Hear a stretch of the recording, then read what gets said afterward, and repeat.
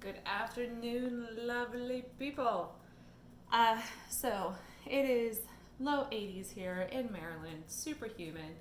I just finished my last day of remote teaching for high school students yesterday, so I think it's finally rosé time.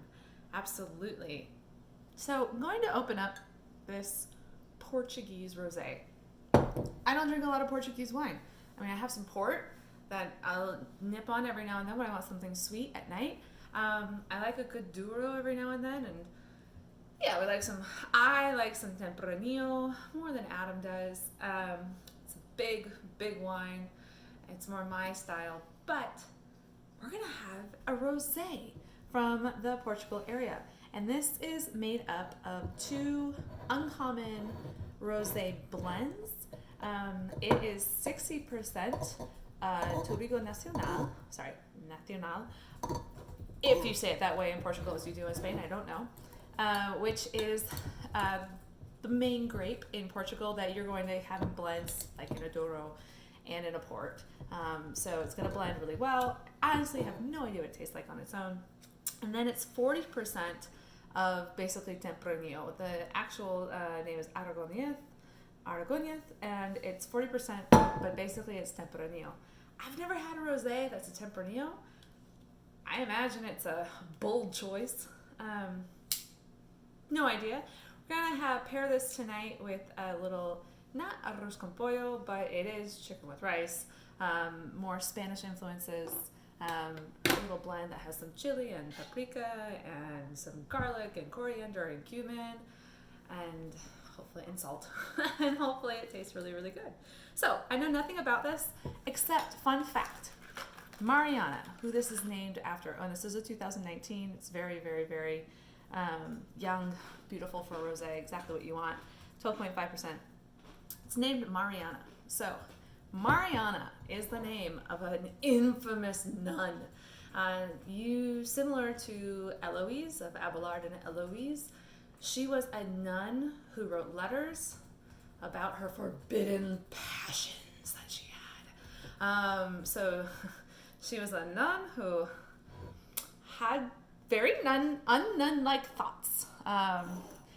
Anyway, you should look her up. Interesting stories.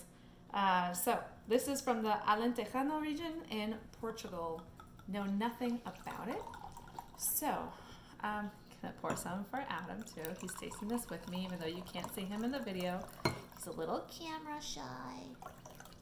But that's okay. So to start, it is a very, very pale color. You can tell that almost with the bottle. Very, very pale pink. Almost has some golden hues in with it. Ooh, some rose petal florals.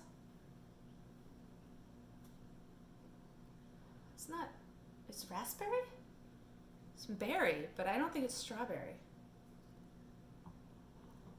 So, let's see. That's what I'm smelling.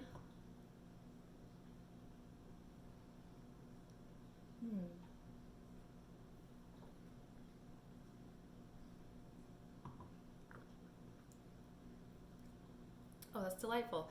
It's slightly sweet.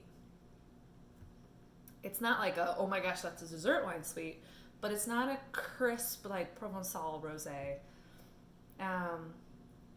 It's a little tart too. It's got a little tart to it.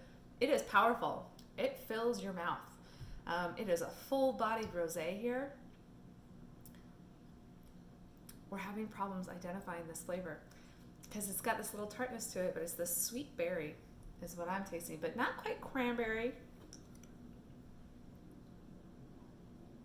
What do you think?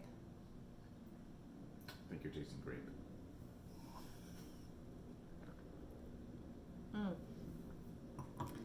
Well, I gotta tell you, Adam's no help.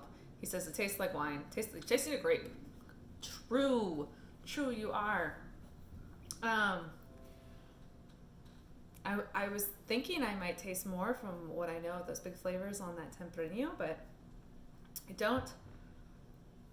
It is really growing on me. And you know what? The more I'm sipping it, the less sort of sweet it seems, and it just seems delightful.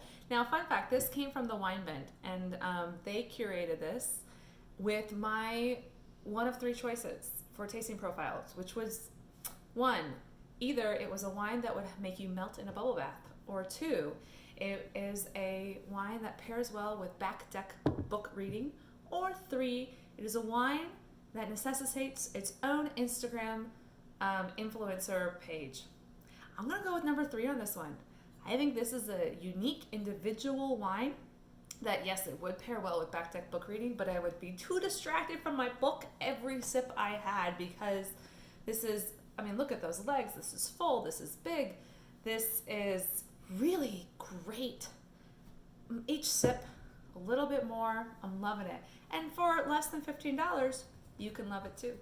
Drink responsibly.